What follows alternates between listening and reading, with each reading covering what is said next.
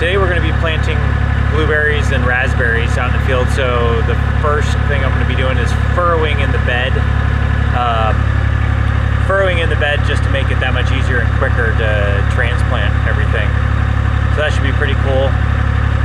And then we'll see what the day brings.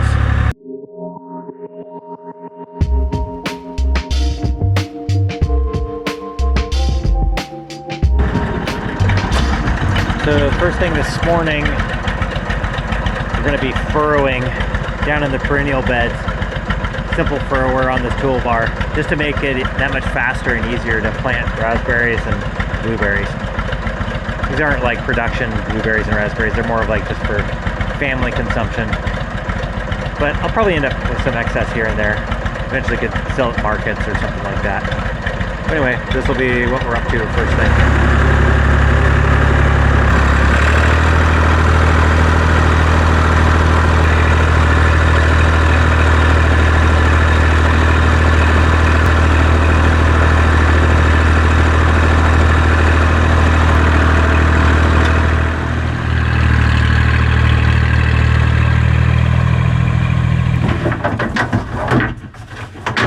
Gonna load up blueberries and raspberries, take down to the field, plant those out.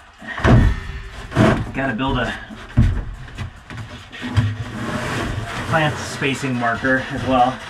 Very high tech, out of PVC pipe. I'll show you that process because that's a super high tech.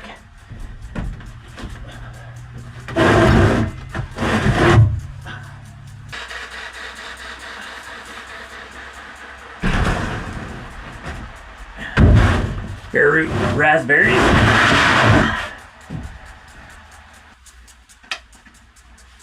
And then blueberries. These are a variety called Patriot.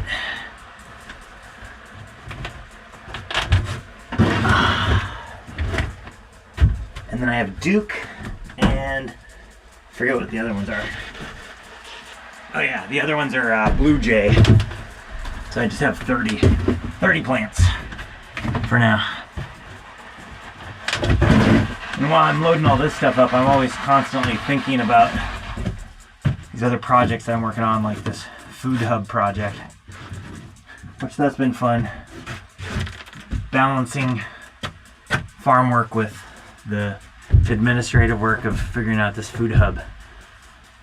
So as I have moments of inspiration, I guess I'll share those too. It'd be interesting. I'm trying to figure out how to capture that accurately without seeming contrived.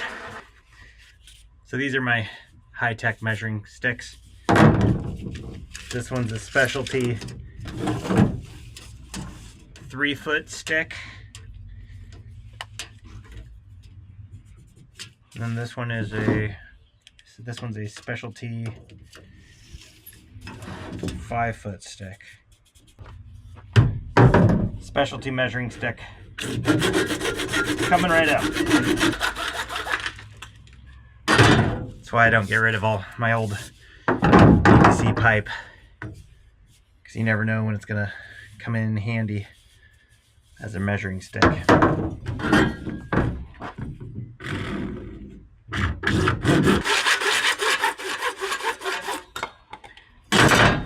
When you take it a step further and customize, you put a 3 for a 3-foot stick, and you put 5 for the 5-foot stick.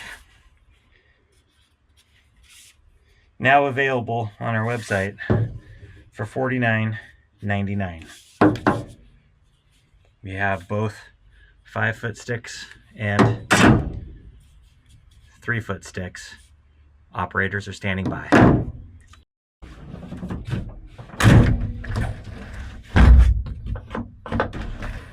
I'll leave that open.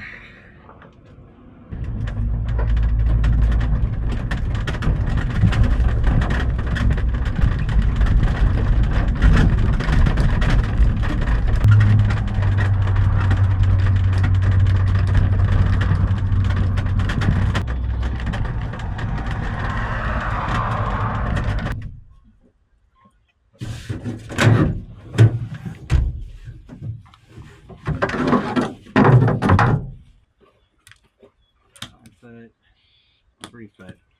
So we're gonna plant the raspberries at 3 foot, and the blueberries are gonna get planted at 5 foot apart.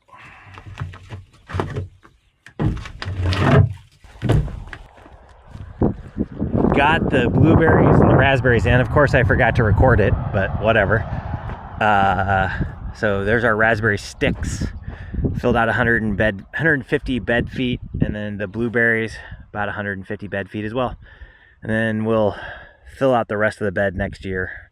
But this is a good start. So now I'm gonna set up hand set lines, this aluminum pipe, to water these in, just because I want to get more water on this whole area, and then eventually I'll go to drip lines here and here, but I'll go to drip lines, and then I'll also put down a plastic like landscape fabric as well. But figured I might as well suffer through weeding one round by hand.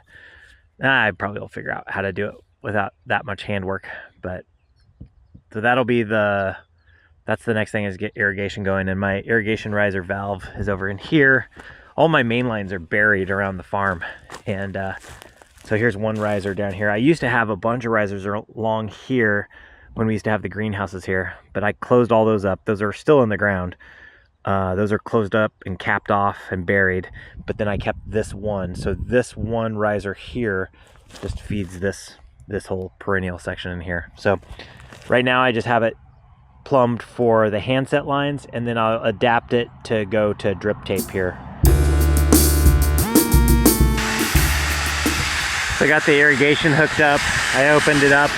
Now I'm flushing it out because it's been sitting there all winter. So I usually let it flush out for a few minutes.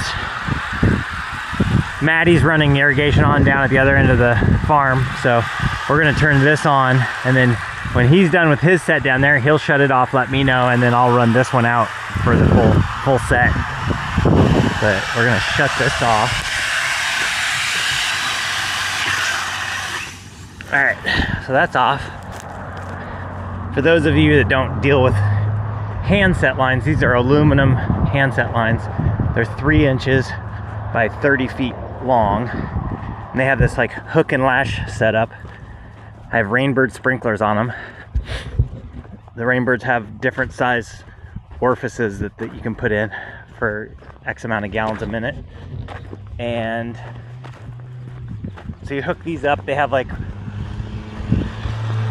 rubber gaskets in them to seal them up once they pressurize. They are the epitome of the word irritation when you're talking about irrigation. Oh yeah, already muddy enough. All right, here's the trick. If you have another pipe, you just stand on the pipe so you're not going deep in the water. All right, so then you put the plug in. See, there's a rubber gasket inside here. Those can go bad. There's all kinds of things that can go bad and wrong. All right, and we'll go turn this on.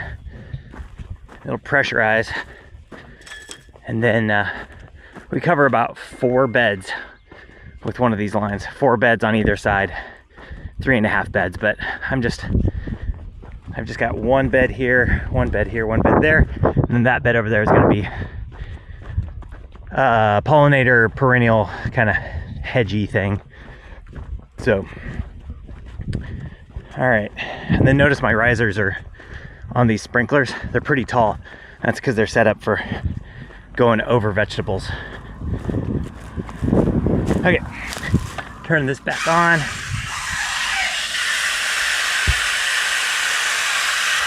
Keep it lightly open.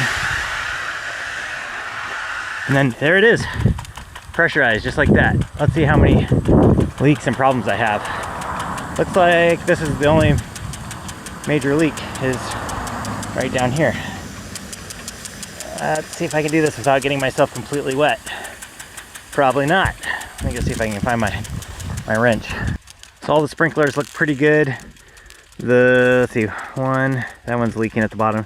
2, that one's okay. The 3rd one in right there, that one probably is a little bit plugged up. So then you get into the world of having a piece of wire around to clean them out, because you get like little bugs in there, sometimes rodents and stuff. Yeah, let me see if I've got, I don't know if I have my wrench in here. Probably, One thing you learn with irrigation is when to mess with stuff and when not to mess with stuff. So sometimes if it's working good enough in the moment, you just let it ride. Yep, I don't have my tools in here with me right now. So, starting this thing, 12:30. Okay, I'll probably run it for 2 hours.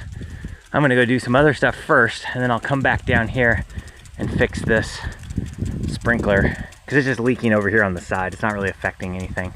So we'll let this roll for a couple hours, and then I'll fix it after the case.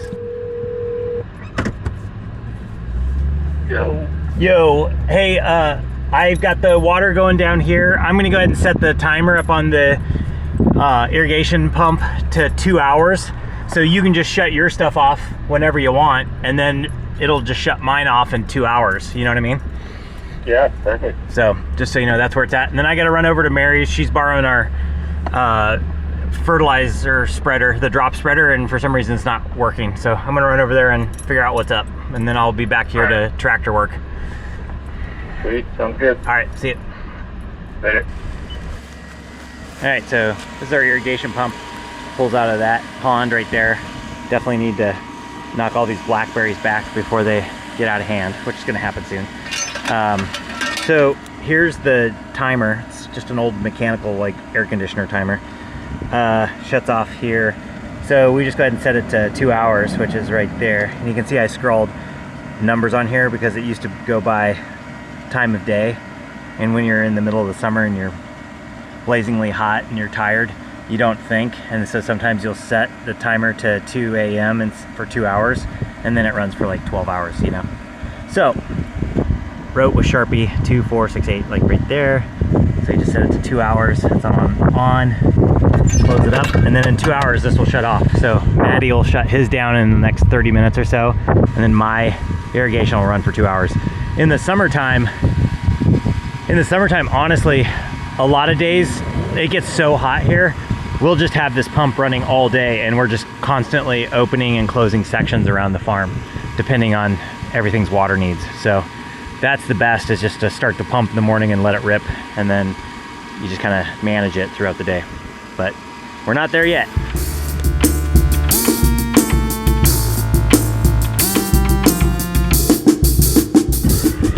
Well, I just broke a hydraulic line on the Kubota, so that's a bummer. I caught it right as it broke though. That's good because I could smell it. Actually, the hydraulic fluid was pretty hot. So yeah, so broke this line right there and there. So I pulled that thing out. I'm gonna go take and get it fixed now.